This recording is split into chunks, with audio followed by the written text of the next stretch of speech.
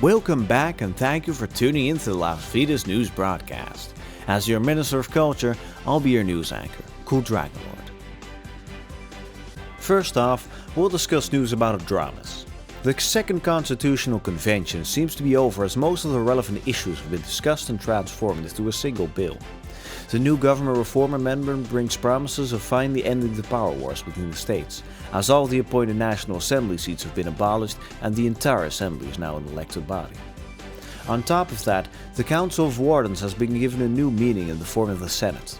These two now act as a bicameral legislature, where the Senate is a preventive body whose job it is to veto potentially dangerous bills. The National Assembly has been officially renamed the House of Assembly after an impromptu poll made by Subterra. This is a decision that, according to some members and to the standards of the English language of the 21st century, is a linguistic abomination that has to be rectified. However, a majority voted for this proposal, so the standards of the English language are irrelevant. Now for an advertisement. The Vides Bronte Consortium was formed 2 months ago, a unification between the nationally owned Las Vides Chapo Shop and the privately owned Bronte Karate conglomerate.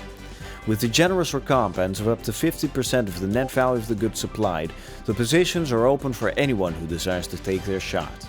It takes into account the live Minecraft bounce and also lets you keep the tools you use once you have outproduced their value.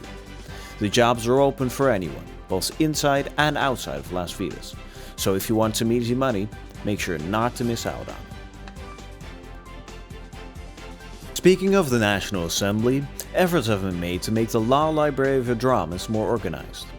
The amount of bills, amendments and reforms passed is immense, putting the task to read through them all to get the full scope of the Dramas laws only in the hands of the oldest and most experienced members. Because of that, people like Frank, Ioniori and Adino, amongst others, have started a movement of reorganization of the bills, successfully merging some of those which have touched on similar issues or topics, as well as introducing a new, more flexible model of bill writing based on the current pre-existing one and the MALD Act. Now on to some state news. Las Vides City, the capital of Las Vides, is undergoing a period of unrest as the people are preparing for a fight against the government. The tipping point was the lack of extensive tree plantations and vegetation in the city, making it look more similar to a Los Angeles concrete jungle, according to some.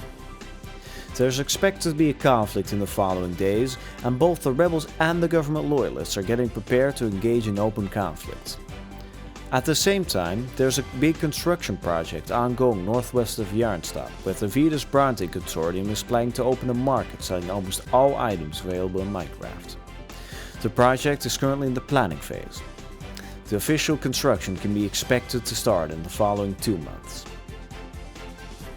And as our final point of discussion, a wave of reforms is expected to wash over Las Vides in the coming months.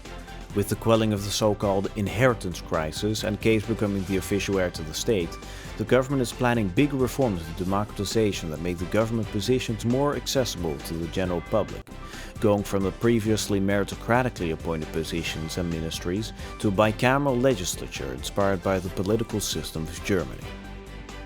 That was all for this installment of the Las Vides news broadcast. If you liked this video, give it a thumbs up and subscribe for more content. Viva Las Vides!